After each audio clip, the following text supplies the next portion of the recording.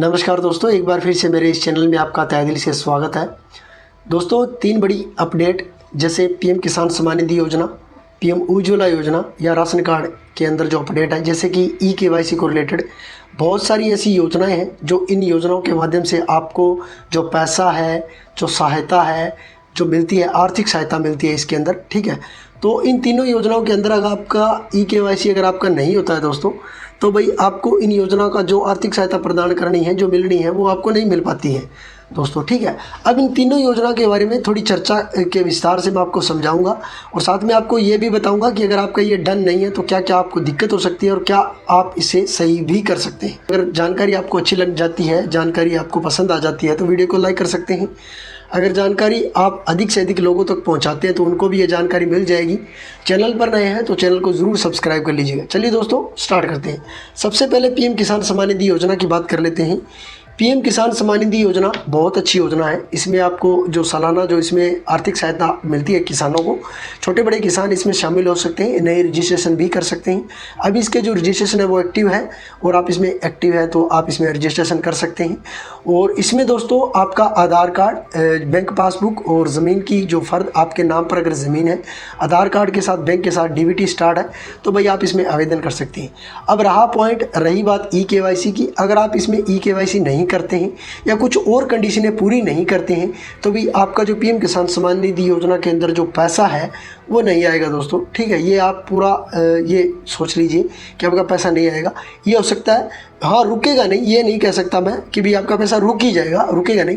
जैसे ही आप e-KYC done करवाते हैं तो जितना भी पैसा रुका हुआ है वो आपका कंप्लीट है, वो आपका बैंक के पासबुक में भेजा जाएगा।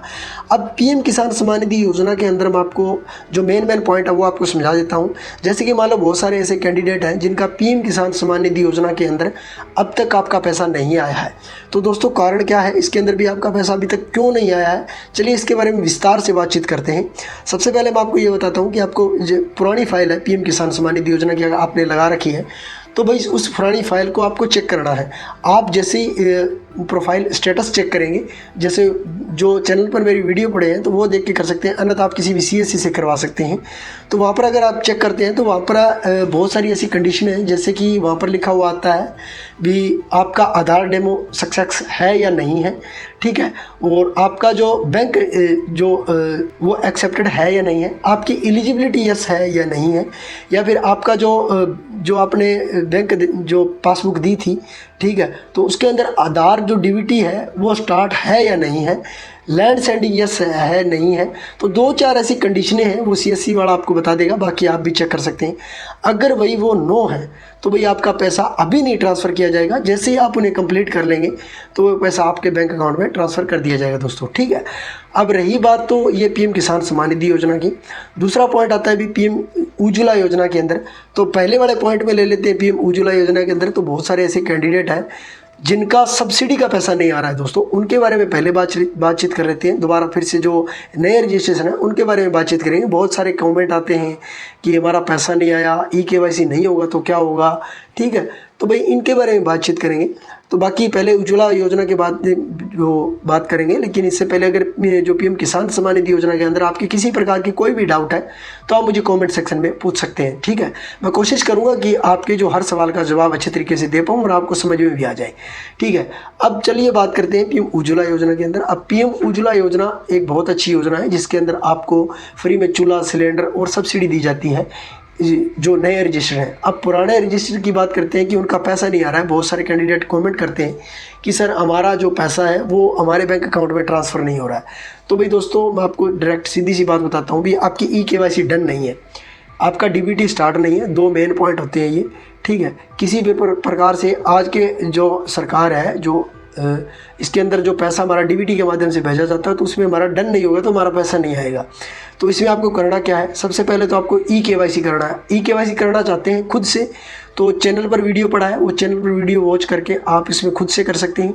अगर खुद से नहीं करना चाहते तो किसी भी नज़दीकी सीएससी या कहीं भी साइबर कैफ़े पर जाकर आप इसका ई-केवाईसी डन करवा सकते हैं। एजेंसी में जा सकते हैं, वहाँ पर भी ई-केवाईसी हो जाएगी और आप इसकी ई-केवाईसी कंप्लीट करके और आप अपना जो पैसा है जो बैंक अकाउंट में लेना चाहते हैं वो ले सकते हैं।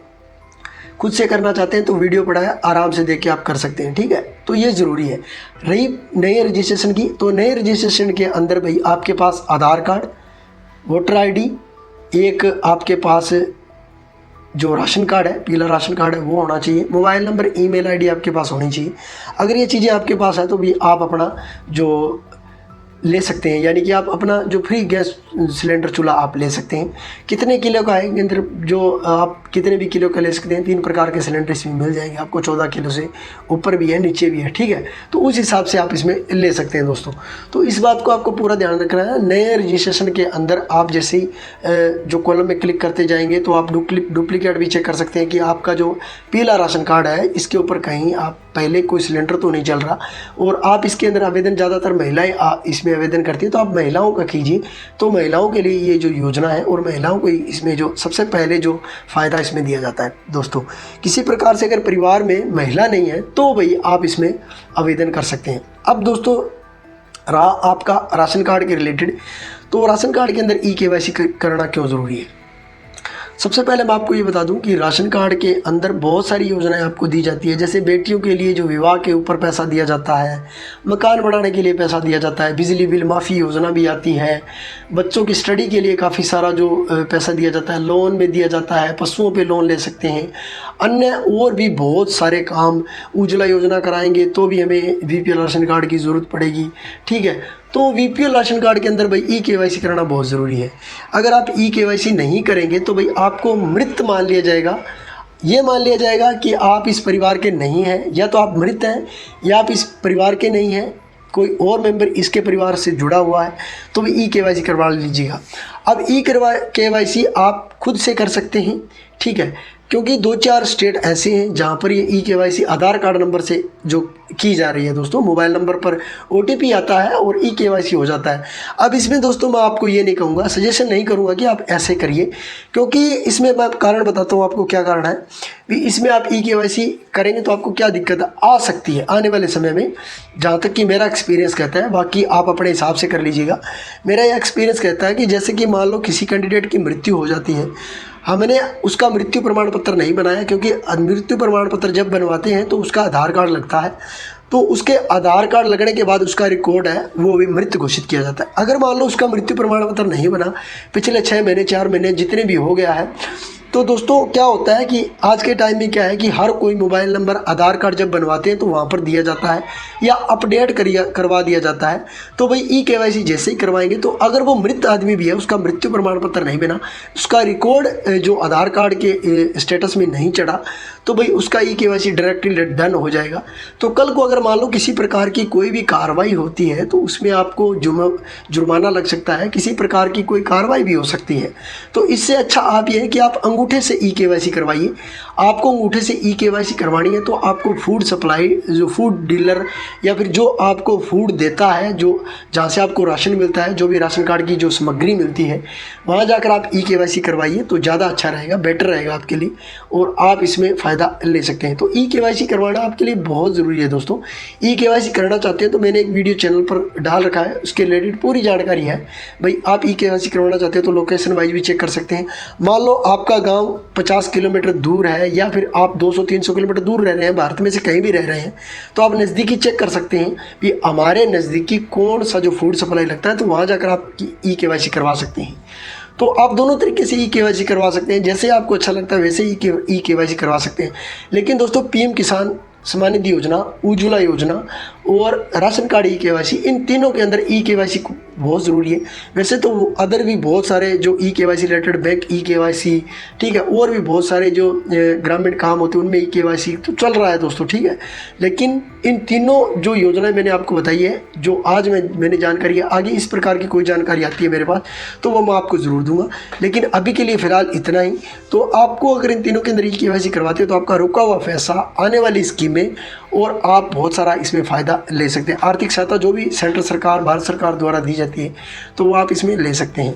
वीडियो अच्छा लगता है तो वीडियो को लाइक कर दीजिए, दोस्तों के साथ इस जानकारी को ज़्यादा से ज़्यादा शेयर कर दीजिए। पूरा वीडियो वॉच करने के लिए धन्यवाद दोस्तों।